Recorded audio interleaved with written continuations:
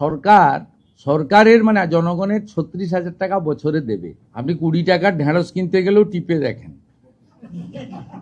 অফলাইনে চালু রেখেছিলাম, আজ থেকে অনলাইনেও চালু হয়ে গেছে। কেন আমরা বিস্তারিত তথ্য সংগ্রহ করছি, আমি এর আগে ওই রাকিবুল শেখের কথা বলেছিলাম। এই কেসে অনেক বড় পর্দা ফাঁস হয়েছে।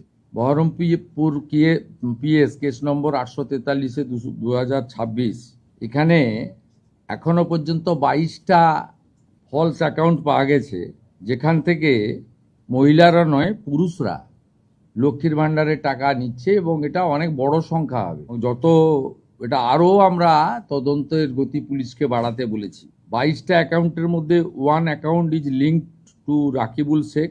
15টা অ্যাকাউন্ট পাওয়া গেছে মুস্তাফিজুর রহমান এবং তার স্ত্রী তুহিনা। এরা 15টা অ্যাকাউন্ট চালাচ্ছেন লক্ষ্মীর ভাণ্ডারে। 6টা অ্যাকাউন্ট পাওয়া গেছে তারিকুল রহমানের।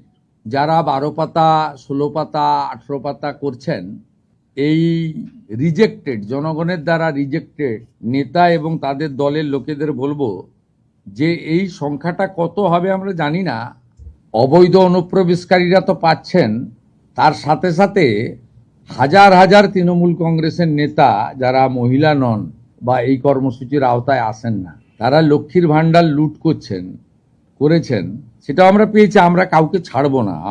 আমি ডিজিপিকে বলেছি সিট গঠন করতে, এবং যেহেতু মানিটারি ডিফলকেশন আছে, মানি লন্ডারিংয়েও এদের কেসকে ট্রান্সফার করার জন্য আমরা ডাইরেকশন দিয়েছি।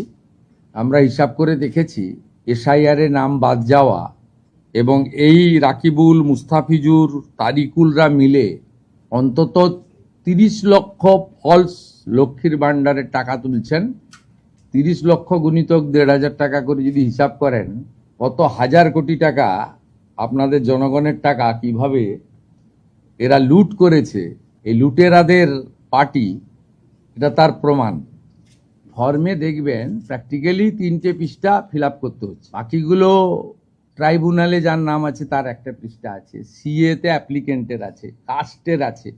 ওগুলোতে কার্যত কিছু নেই, এগুলো তো করছেন। দেখুন, সরকারের মানে জনগণের ৩৬,০০০ টাকা বছরে দেবে। আপনি 20 টাকার ঢেঁড়স কিনতে গেলেও টিপে দেখেন। আর ৩৬,০০০ টাকা বছরে দেবে, সহযোগিতা করুন না।